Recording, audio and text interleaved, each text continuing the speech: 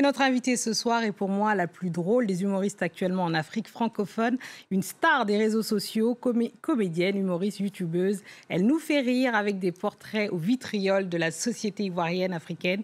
Ivan Nyaba Beke, mais vous la connaissez sans doute sous le nom d'Ividero. Ividero, bonsoir. Nangadef, on dit quoi? Maïlifirek, Fatmata.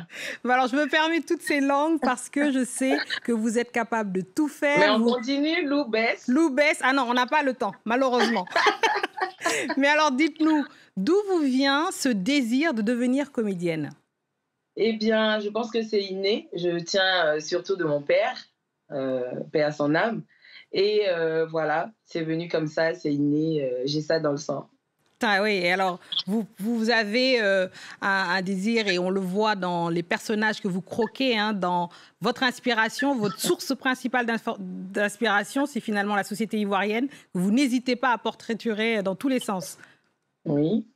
Eh bien, vous savez, je dis toujours, dans un royaume, la seule personne qui est habilitée à pouvoir parler au roi, c'est le fou. Voilà, donc je me permets de pouvoir expliquer un peu et parler à travers mon humour sans avoir de tabou, en fait. Ouais, c'est l'humour sans tabou. J'ai une autre question avant qu'on puisse voir une vidéo de vous pour voir votre travail, finalement. Oui. J'ai une question.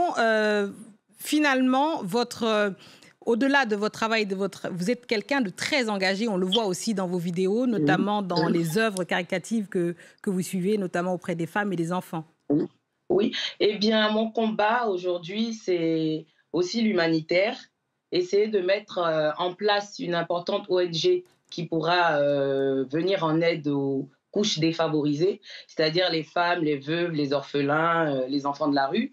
Mais aussi, je me bats aussi pour l'éducation et l'alphabétisation de tous, surtout les jeunes filles qui ont fait longtemps sujet, objet de discrimination sur fond de coutumes des Suèdes. Oui. Absolument. Et alors, Ividero, sans plus tarder, pour ceux qui ont vécu, par exemple, sous une grotte ces dernières années, je vous propose un extrait de son travail et peut-être qu'on va devoir expliquer après. On écoute. J'ai dit, non, celle-là me déteste, elle est mon ennemie, elle ne m'aime pas, elle ne me supporte pas, je suis triste, celui-là ne parle plus avec moi, j'étais amie avec lui, là il m'a laissé. Tu connais Poc? Tu connais Poc? Poc, lui seul, il est en palabre avec toute une religion. Ça veut dire que tous les musulmans du monde, là, eux, ils n'aiment pas Poc. Mais regarde comment Poc grossit. Il n'entend pas, il ne voit pas. Il grossit seulement. Il faut avoir le comportement de Poc. Il n'est pas aimé. Alors évidemment, moi, cette vidéo, elle m'a littéralement scié. En fait, je comprends bien que c'est votre vidéo préférée. Absolument, absolument. Donc ça, c'est une des vidéos parmi les innombrables vidéos que vous faites quasiment pour chaque réseau social. Vous avez des formats adaptés. Oui.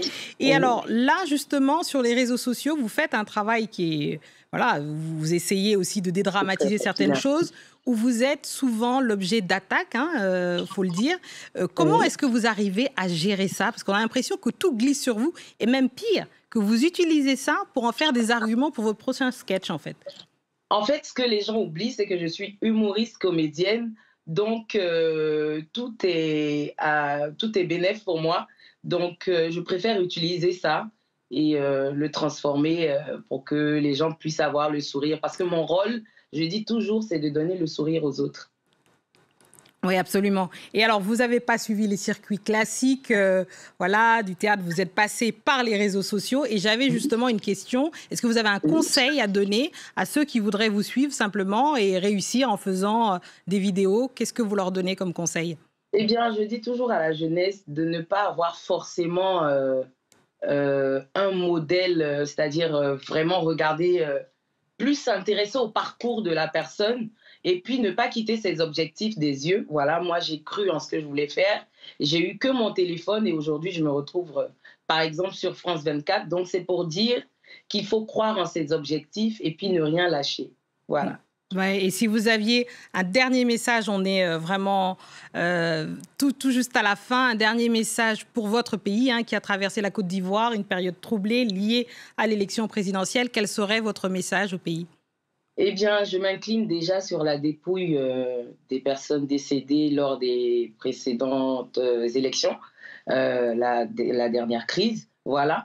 Et en même temps, je suis contente parce que les acteurs politiques de mon pays ont décidé de s'asseoir et de pouvoir discuter. Voilà. Donc, comme le président Houphouët-Boigny l'a dit, la paix ne part d'un vain mot, mais un comportement. Donc, il faut pouvoir le mettre en action. Voilà. La paix dans les familles, la paix en Côte d'Ivoire. Vous savez, la Côte d'Ivoire, on n'a pas de problème de xénophobie ou d'ethnicité. On est très ensemble. Le peuple est ensemble. Donc, il ne faudrait pas que la jeunesse et le peuple se laissent instrumentaliser par les politiques. Voilà. Absolument. Surtout ça. Merci beaucoup, Yves Idero. C'est ainsi qu'on referme ce journal de l'Afrique. Merci de nous avoir suivis. Et surtout, en particulier ceux qui sont à Abidjan, restez avec nous car l'actualité continue sur France 24.